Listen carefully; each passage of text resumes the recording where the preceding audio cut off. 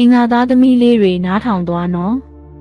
ဒီအပတ်မှာအင်္ဂါသားသမီးလေးတွေဟာမုန်တိုင်းပြီးရင်လေပြေလာမဲ့ကန်စာရာမျိုးရှိနေပါတယ်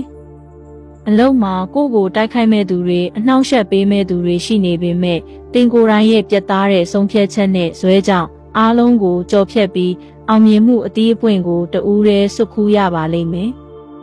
စိတ်တူတာကိုခဏလေးထိမ့်လိုက်ရုံနဲ့လက်လို့ရတော့မဲ့အခွင့်အရေးကောင်းတွေကိုပြန်လည်ရရှိနိုင်လို့ဒီအပတ်မှာတီးခံခြင်းဟာအောင်နိုင်ခြင်းဆိုတာကိုလက်ကင်ထားစီခြင်းပါတယ်ရှင်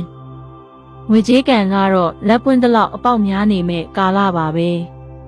မထင်မှတ်ထားတဲ့နေရာကနေငွေဝင်လာတတ်ပေမဲ့လျှက်စစ်ပစ္စည်းတွေဒါမှမဟုတ်ရင်ပြင်စင်စရိတ်တွေကြောင့်ငွေပြန်ထွက်ဖို့လမ်းစာတွေကလည်းစောင့်ကြိုနေပါတယ်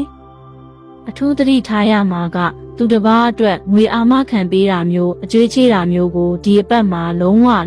ရှောင်ကျဉ်ရပါမယ်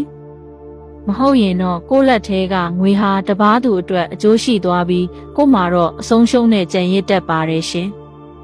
အချစ်ရေးမှာတော့စကားတခွန်းကြောင့်အမုန်းပွားနိုင်တယ်လို့အပြုံးတပွင့်ကြောင့်လည်းနှွေးထွေးသွားနိုင်တဲ့အချိန်ပါပဲချစ်သူရှိသူတွေအနေနဲ့စကားအမှားကြောင့်စိတ်ကောက်ပြီးအချိန်ကုန်မဲ့အစားတဦးကိုတဦးနားလည်မှုပေးပြီးအချိန်ပေးလိုက်ပါအိမ်နောင်တွေကတော့အိမ်တွင်းရေးမှာအလျှော့ပေးခြင်းကသာအေးချမ်းမှုကိုဆောင်ကျဉ်ပေးမှာဖြစ်လို့အမှားမှန်ငင်းခုန်တာထက်အပြစ်လွတ်ခြင်းနဲ့ရှေ့ဆက်ပါရှင်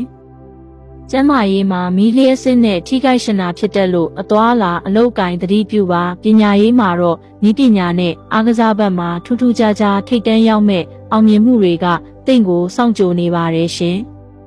အင်္ဂါနေ့နနက်မှာဖျား၌ဇွန်ပန်း၃ညွန့်လှူဒန်းပြီးဇယံတော်ဂါထာတော်ကိုရွတ်ဖတ်ပူဇော်တာကတင့်ရဲ့အညံ့တွေကိုပြေပြောက်စေပါလိမ့်မယ်ခွန်အားကြီးမားလာတဲ့အင်္ဂါသားသမီးလေးများရှင်